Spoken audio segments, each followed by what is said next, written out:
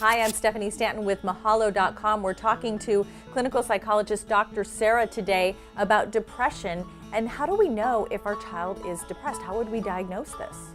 There are some similar symptoms between adult depression and childhood depression. Some being excessive crying, a sense of hopelessness, not wanting to get out of bed. With children, you may see school refusal. It may come out as irritability, which parents it will often kind of surprise some parents, but yeah, kind of an angry, irritable child could be a sign of depression. There's also the extreme cases, where you'll hear your child talking about suicide, maybe some self-harm may be going on.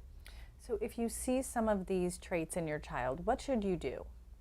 It's really important to not ignore these symptoms because they're very serious, and there are a lot of children who are suffering from depression, and this is something that can last into adulthood. So it's important to be direct with your child, to talk about their feelings, find out perhaps what the origin of the depression is. There is a genetic component to depression, but in addition, maybe they're being bullied at school. Maybe they're having a difficult time and struggling with their schoolwork, and so there may be some concrete steps to take to address the depression and the origin of the depression.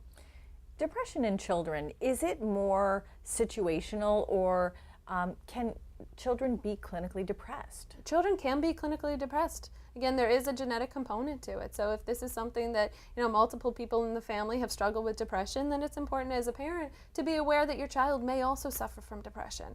And again, just because it's a child, you really still need to take this seriously. And there's a lot of suicide out there, amongst children. So again, if you need to get professionals involved, it's really important to do that, and that's where you can turn to a therapist. You can also talk to the school counselor as well and talk to the teacher, find out what the symptoms are in the classroom and the child's behavior in the classroom and how they're interacting with peers. But again, as you said, the most important thing, don't ignore the symptoms. Right, you can't ignore the symptoms. You need to take this seriously and address it directly with your child. All right, Dr. Sarah, thank you so much for helping us to identify some signs of depression in children. If you'd like more information about parenting, you can click on any of the links you see here. You can also subscribe to Mahalo Parenting, and you can send us an email if you'd like a specific answer to a specific parenting topic at requests@mahalo.com. Thanks so much for watching.